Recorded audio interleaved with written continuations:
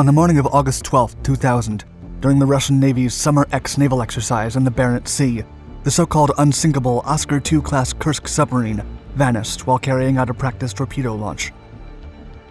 With an experienced crew of 118 professional sailors on board, Kursk was given clearance to launch 2 dummy torpedoes at the Admiral Kuznetsov aircraft carrier, but at 11:29 a.m., an explosion was detected, and within 2 minutes, a second rippled across the globe. The international community was quick to offer help, but the proud Russian authorities initially declined it.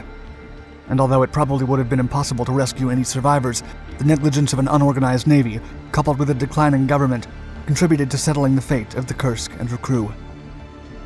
It wouldn't be until years later that the truth behind the events of that fatidic morning were revealed.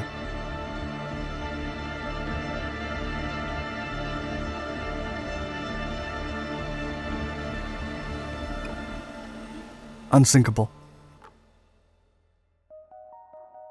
During the Cold War, one of the Soviet Union's greatest concerns was the threat behind the American aircraft carriers. The mighty American fleet was capable of delivering thermonuclear airstrikes in Soviet territory and of hunting down their own nuclear ballistic missile fleet. Consequently, the USSR spent significant funds on specialized weapons that could prowl after their opponents, and a solution was specially crafted to maim large ships, particularly carriers. The result was the Project 949A Ante-class nuclear-powered cruise missile submarines, designated Oscar II under NATO terminology.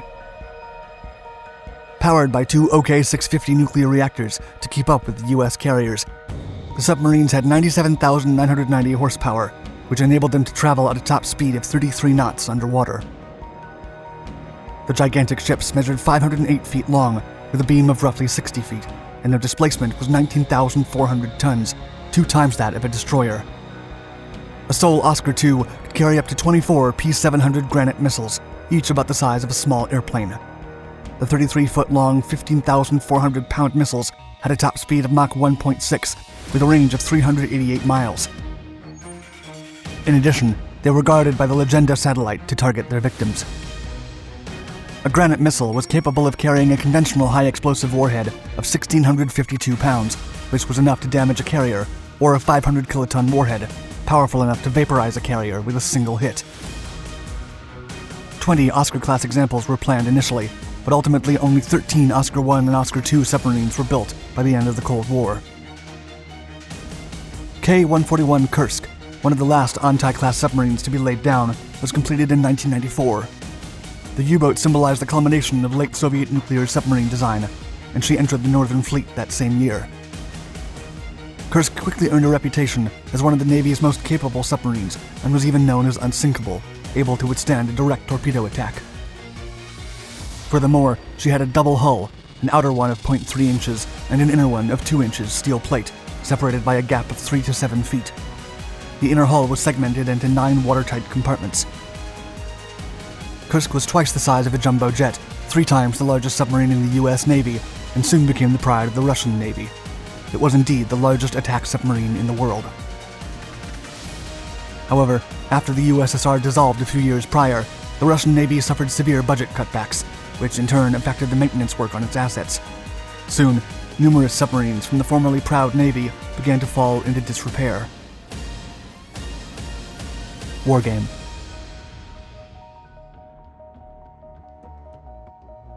On August 12, 2000, for the first time after the collapse of the Soviet Union, dozens of vessels participated in a major naval exercise. The fleet included Kursk, the Admiral Kuznetsov carrier, and the Pyotr Veliky battlecruiser, and they all met in the Barents Sea above the Arctic Circle for the Summer X exercise. Kursk had recently earned a citation for her excellent performance, and the crew had been recognized as the best submarine crew in the entire Northern Fleet. In fact, it was one of the only submarines authorized to carry a combat load at all times.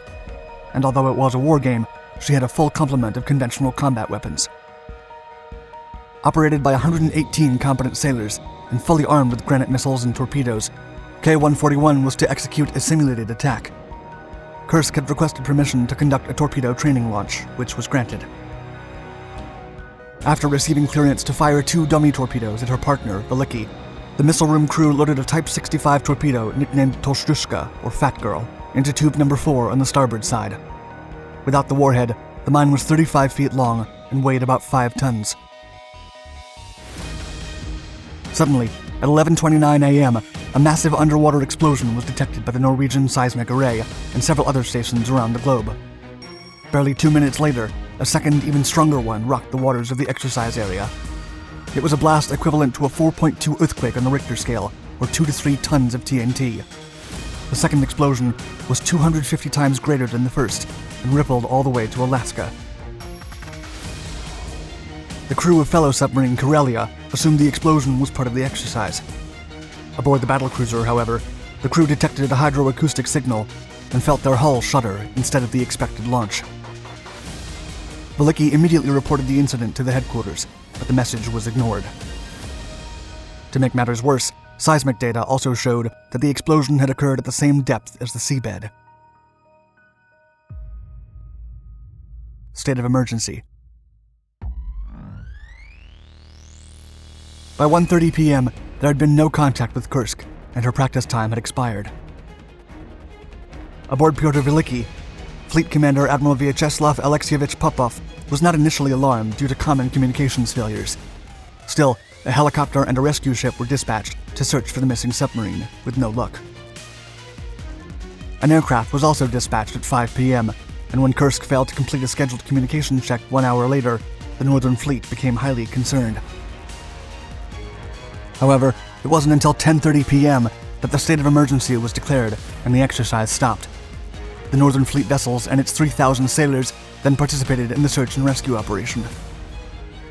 The international community was quick to offer help, and the United States, Britain, France, and Norway, among other countries, reached out to the Russian government. The US even offered to send a deep submergence rescue vehicle, but the Hermetic officials didn't accept external aid.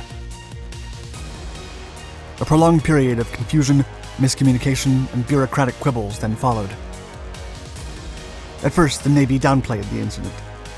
Popov informed Minister of Defense Igor Sergeyev of the incident late on Saturday night, but recently elected President Vladimir Putin was not notified until Sunday morning.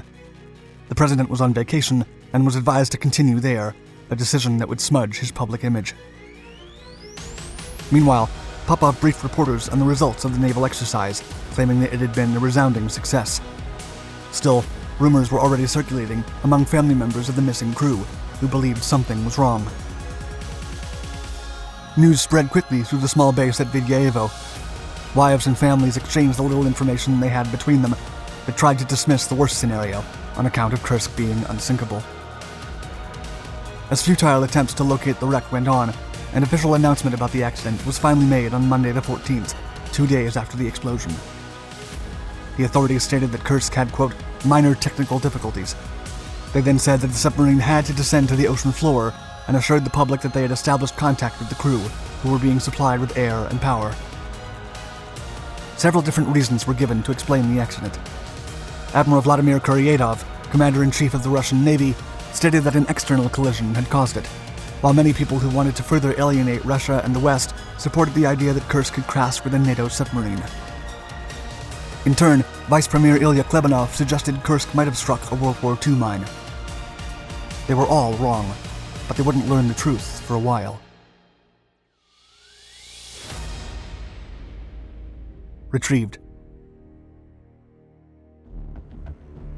A week after the incident, Putin finally recognized that they needed help and authorized British and Norwegian experts to join the endeavor. The divers knew there was no hope of finding survivors, but their spirits were still crushed after spotting the flooded rescue trunk. They then cut the hull through and only found dust and ashes inside, along with severely burned human remains. On August 21st, the fate of the Kursk and her 118 sailors was publicly announced. In a television broadcast, Admiral Popov addressed the audience and said, quote, "Forgive me for not bringing back your boys." August 23rd was then declared an official day of mourning, and 3 days later, Putin awarded the title of Hero of Russia to the submarine's commander, Gennady Lyachin, and the Order of Courage to the 117 lost sailors. Kursk rested on the sea floor until September 26, 2001, when it was raised to continue the investigations. Unfortunately, the front hull had to be cut off and left behind, and the primary evidence was lost. The truth. The truth was finally disclosed in the summer of 2002. An old torpedo had leaked hydrogen peroxide, an obsolete and dangerous type of fuel already banned by the British decades before. The malfunctioning torpedo had faulty welding, directly leading to the first explosion, which then detonated the remaining ammunition on board. Other factors aggravated the situation, such as a disabled rescue buoy, missed inspection checks, and general mishandling of delicate equipment. Furthermore, the systemic incompetence and widespread neglect left 23 survivors of the explosions waiting to be rescued in the 9th compartment. These men knew they could not escape, and Captain Lieutenant Dmitry Kolesnikov was able to write 2 notes despite the impaired lighting conditions of the wreck. He explained that the survivors had decided not to escape, as they wouldn't be able to sustain the pressure. And they also thought that there was a favorable possibility of being rescued. The men survived for hours in the freezing bottom, enough to attempt to recharge the oxygen generation system. But in the process, they accidentally caused a chemical explosion and flash fire, which in turn consumed the remaining oxygen. The Russian Navy officials were deemed responsible for the incompetent response, and several were removed, fired, or transferred. It was a harsh lesson for Russia, but it still took a decade for the Defense Ministry to charter an extensive modernization of the Navy and renew the decrepit vessels. Thank you for watching this video. If you enjoyed it, please give us a like and let us know your thoughts in the comments below. Also, don't forget to subscribe to all our Dark Documentaries channels for more fascinating stories about military history.